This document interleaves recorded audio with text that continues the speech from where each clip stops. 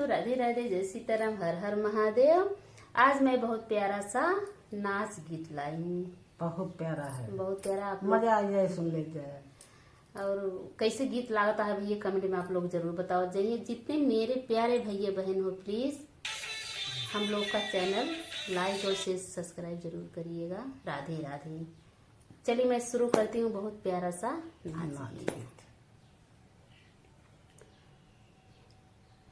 चुनर उड़ी गईले हाय दैया दैया, चुनर उड़ी गईले हाय दैया दैया, चुनर उड़ी गईले हाय दैया दैया, चुनर उड़ी गईले हाय दैया दैया।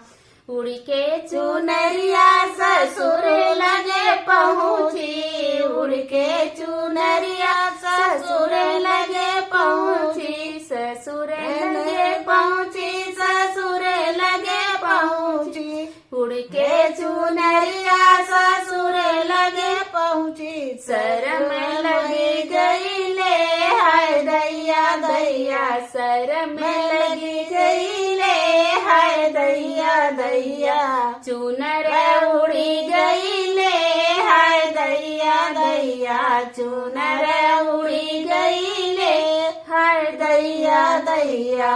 उड़ के चुनरिया जेठ लगे पहुँचे, उड़ के चुनरिया जेठ लगे पहुँचे, जेठ लगे पहुँची हो, जेठ लगे पहुँची। उड़ के चुनरिया जेठ लगे पहुँची, डगर छुटी गईले हाय दैया दैया, डगर छुटी गईले हाय दैया दैया। चुनर उड़ी गईले हाय दैया दैया, चुनर उड़ी गईले हाय दैया दैया। उड़ के चुनरिया देवर लगे पहुँचे, उड़ के चुनरिया देवर लगे पहुँचे, देवर लगे पहुँचे, देवर लगे पहुँचे। उड़ के चुनरिया देवर